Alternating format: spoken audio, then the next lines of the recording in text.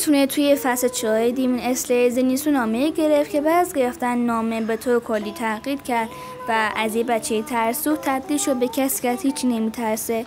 توی ویدیو امروز قرار به محتویات اون نامه زنیسو و فاتی قرار تو قلعه بیناد انجام بده کامل بپردازیم. قرار چپترهای 143 تا 146 مانگا دیمسو با هم بررسی کنیم که خب این ویدیو شامل اسپویل مانگا هم میشه.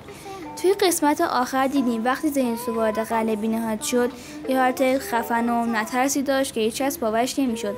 این همون زنیسوی ترسویه که همیشه از فایت‌ها و تمرین‌ها فرار میکرد. وقتی به قلعه بینهاد رسید وارد یکی از اتاق‌ها شد و شروع کرد به صحبت کردن و گفتش که خودتو پنهون نکن بزدل، من میدونم که تو اونجایی. زنیسو در واقع داشت با یه شیطان صحبت میکرد و شیطان هم جوابش داد و گفت این راه درستی برای صدا زدن ارشد نیست. شاید یکم پیشرفت کرده باشی اما هنوز همونجوری ضعیف و رقت انگیزی. خیلی وقته که ندیدمت زنیسو. و اما سوال مهم اینه که این شیطان دقیقاً کیه؟ این شیطان اسمش کایگاکوه که الان تبدیل به وارد شماره 6 شده. این شیطان تو زمان بچگیش عضو یتیم خونه بود که توسط گیومی محافظت میشد. یه قسمتشو توی فصل 4 قسمت 7 دیدیم. کایگاکو یه روز نصف شب از یتیم خونه بیرون میره و یه شیطان گروگانش میره و به جای اینکه شیطان رو نکشه کل اعضای یتیم خونه رو میفروشه، یعنی شیطان راهنمایی میکنه که بره اعضای یتیم خونه رو بخوره. وقتی چند سال از اون موضوع گذشته بود کایگاکو عضو سپاه شیطان کشا شده بود و زیر نظر حاشیه سایقه سابق تمرین میکرد و ازش تنفس سایقه رو یاد میگرفت که یکی دیگه از همشاگردیاش همین زنیسو بود که تا اون زمان کایگاکو دست بالا به نسبت زنیسو داشت و ازش قوی تر بود. همیشه زنیسو رو به خاطر ترسو بودن و ضعیف بودنش مسخره میکرد. وقتی اینجا زنیسو و کایگاکو بعد مدت همدیگه رو دیدن زنیسو بهش گفتش که حالا که تبدیل به یه شیطان شدی دیگه ارشد من نیستی. شروع کردن به هم تنه زدن. مثلا کایگاکو بهش گفتش که تو فقط فرم اول تنفس سایقه رو بلدی. تنفس سایقه 6 تا فرم داره و فرم 2 تا 6 رو کایگاکو بلده، اما زنیسو فقط فرم اول رو بلده. زنیسو تیکه‌ای که بهش انداخت این بود که چه حسی داره وقتی ضعیف‌ترین شیطان بالا رده هستی. اما این تیکه رو با دقت گوش کنین چون دلیل تغییر شخصیت زنیسو و نفرت زیادش نسبت به کایگاکو دقیقاً اینجا مشخص میشه. زنیسو بهش گفتش که چرا تبدیل به یه شیطان شدی؟ چرا تویی که جانشین اول هاشیرا سابقه بودی تبدیل به یه شیطان شدی؟ اگه تو شیطان نمیشدی با آوازو هیچ وقت خودشو نمیکشت. و اینجاست که محتویات اون نامه مشخص میشه. توی نامه به زنیسو گفته شده بود پدر بزرگش که حاشیه سایقه سابق بوده با شمشیر شکم خودشو پاره کرده و خب خودشو نمیشه کلمشو گفت دیگه. دلیل اینکه همچین کاری رو به خودش کرده این بوده که یکی از شاگردهای خودش یعنی کایگاکو به جای اینکه راه خودش رو ادامه بده و حاشیه بعدی بشه تبدیل به یه شیطان شده و خب نتونست همچین فشار تحمل کنه و خودشو خلاصه. پس قضیه نامه اینطوری بوده و زنیسو حرص و خشم درونشو داشت به کایگاکو میگفت و توضیح میداد، اما خب کایگاکو اینطوری بود که خب الان من چه ربطی داره؟ الان انتظار داری من ناراحت باشم؟ من همیشه سمت کسایی میرم که بتونم به اندازه‌ای که باید برام ارزش قائل باشن. مثلا فکر می‌کنی موزا خیلی براش ارزش قائله. تازه خیلی هم دلم خنک شد که مرد چون که خیلی من تلاش کردم که شاگرد اولش بشم، اما اون همیشه منو با بزرگ ترسو یکی میدید. زنیسو هم با فریاد بهش میگه اگه من کثیفم تو خودت یا آشغالی، من فقط میتونم فرم اول استفاده کنم اما تو همه فرم استفاده میکنی بجز فرم اول. با بزرگی مرگ دردناک رو تجربه کرد چون که به اندازه خونشانس نبود که بتونه یه جانشین خوب برای خودش داشته باشه. کایگاکو هم با فریاد بهش میگه که خودتو با من مقایسه نکن. کایگاکو اولین حمله‌شو انجام میده. تنفس سایقه فرم 4 با یه سایقه مشکی بزرگ به سمت زنیسو حمله میکنه، اما زنیسو الان تو جایگاهیه که میتونه به راحتی از این حمله‌ها جا خالی بده. در حین جا خالی دادن زنیسو کایگاکو زمانی یادش میاد که تبدیل به یه شیطان شد. ذهنیت کایگاکو این بود که تا زمانی که زنده‌ام ممکنه بتونم برنده باشم، حتی اگه سرم به خاطر تعظیم به یه نفر روی زمین فرو بیاد، حتی اگه خونه نداشته باشم یا مجبور باشم آب کسی رو بخورم، حتی اگه به خاطر دزدیدن پول سرزنش بشم، تا زمانی که زنده باشم میتونم همه اینا رو توی یه روز جبران بکنم. توی اون لحظه شیطان بارده شماره 1 یعنی کوکوشیبو جلوش وایساده بود و یه مقداری از خون موزانو بهش داد. و بهش گفت اگه میخوای قدرتمند بشی تبدیل به یه شیطان شو و اگه اون مرد یعنی موزه قبولت کنه یکی از یارای ما میشی.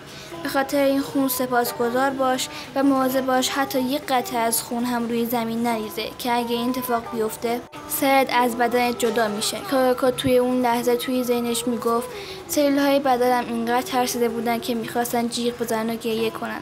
اما نسبت به اون این بزرگ یعنی زنیسو شاید یکم قوی تر شده باشه، اما به هیچ وجه نمیتونه یه بالادر رو شکست بده. با خودش میگفت زنیسو یک کثافته و همیشه فرار میکنه، هیچ غرور و اراده‌ای نداره. با این حال اون پیرمرد خرف میخواست که من جانشینمو با این تقسیم کنم. همه آدما یه زمانی میمیرن و تو اون پیرمرد از این قاعده مستثنا نیستین. تنفس سائقه فرم دوم، توپ سائقه‌ای. زنیسو بهش میگه 5 تا حمله توی یه لحظه انجام دادی، پس از من کلی آدم به خاطرش خوردی و الان دیگه توانایی تشخیص دادن درست و غلط رو نداری. کاراکو با عصبانیت داد زد و گفت معلومه که دارم. اونایی که همیشه منو درست قضاوت میکنن و قبول ندارم آدمای درستیه. اونایی که منو بد قضاوت میکنن و قبولم ندارن اشتباهن. تنفس سائقه فرم پنجم، تنفس حرارتی. کاراکو با این حمله‌اش دیوار اتاق خراب میکنه و زنیسو رو پرت میکنه پایین. به زنیسو میگه حالا بهم بگو هنر خونه شیطانی و با تنفس سائقه که بهت میزنم چه حسی داره؟ یه حمله برنده که پوستتو خراش میندازه و گوشتو میبره. من یه شیطان خاص و مهمم، دقیقاً برخلاف تو. وقتی زنیسو توی هوا معلق بود و داشت میافتاد پایین، گذشته‌اش یادش میفته و همچنین حرفایی که پدر بزرگش بهش زده بود. استادش بهش گفته بود که فرم اول تنفس سائقه پایه‌ای ترین فرمشه. چون کاراکو نمیتونه فرم اول رو یاد بگیره پس هیچ وقت قرار نیست هاشیرا بشه. زنیسو توی ذهنش میگه که کاراکو تو همیشه از من و اراده‌ام متنفر بودی و خودم هم اینو خوب میدونستم. به خاطر همین منم خیلی ازت متنفر شدم. اما از صمیم قلبم بهت احترام میذاشتم و تو واقعا سخت تلاش کردی و من همیشه از پشت داشتم میدمت. پس درسته تو واقعا خاص بودی، تو دقیقا به همون اندازه خاص و مهم بودی که بابا برام مهم بود، اما انگار این برای تو کافی نبود. انگار جعبه خوشحالی قلب سوراخ شده بود و خوشحالی داشت ازش میریخت پایین.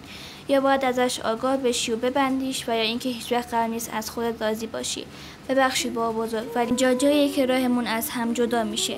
توی این لحظه زنیسو از فرمی که خودش ساخته بود، یعنی فرم هفتم تنفس سائقه که خفن ترین صحنه این فایت بود، استفاده میکنه. تنفس سائقه فرم هفتم، خدای سائقه شعله‌ور. با استفاده از این فرم زنیسو با یه سرعت برق‌آسایی میاد به سمت کاراکو و سرش رو از گردنش جدا میکنه. کاراکو هم از این حرکت تعجب کرده بود و گفتش که هیچ وقت همچین حرکتی رو ندیده بود و نمیدونست که همچین فرمی توی تنفس سائقه وجود داره و اینطوری فکر میکرد که شاگرد مورد علاقه با بزرگ زنیسو بوده و فقط این فرم رو به زنیسو یاد داده. ولی زنیسو بعدش گفتش که با بزرگ هیچ وقت همچین آدمی نبود و این فرم ساخت خودم بود. میخواستم باهاش در کنار تو بجنگم، میخواستم. کاراکو هم با خودش میگفت فرم هفتم دیگه چی؟ مگه تنفس سائقه 6 فرم نداره؟ پس یعنی خودش این فرم هفتم رو ساخته. زنیسو این کارو کرده، همون گذاری که از من پایین تر بود. نمیتونم این شکست رو بپذیرم. من به کسی باختم که از من پایین تر بود. اما فقط این نیست، من هنوز نباختم. اون آشغال هم داره میفته پایین و وقتی بیفته میمیره، دیگه هیچ جونی براش نمونده، پس اونم قراره با من بمیره. حالا اینجا سرکله شیطان دیگه پیدا میشه، اما نه اون شیطانی که فکرشو میکنید. یادتونه خانم تامایی شیطان دستیار داشت که توی فصل اول دیده بودیم، اسمش یوشیرو بود که توی قلب بینات اومده و حضور خیلی پررنگ قرار داشته باشه. یوشیرو از بالا سر کاراکو اومد و بهش گفت کسانی که بی دیگران هیچی نمیدن هیچ وقت هم چیزی در ازاش دریافت نمیکنن. به خاطر همینه که کسانی مثل تو نمیتونن هیچ چیزی رو بسازن، کسانی که فقط آرزو میکنن و در نهایت به هیچ چیزی نمیرسن. یوشیرو بعد از صحبت کردن با کاراکو از کنارش رد میشه و میره زیر بغل زنیسو رو میگیره و نجاتش میده. زنیسو که بیهوش شده بود توی ذهنش دوباره بابا بزرگ رو میبینه.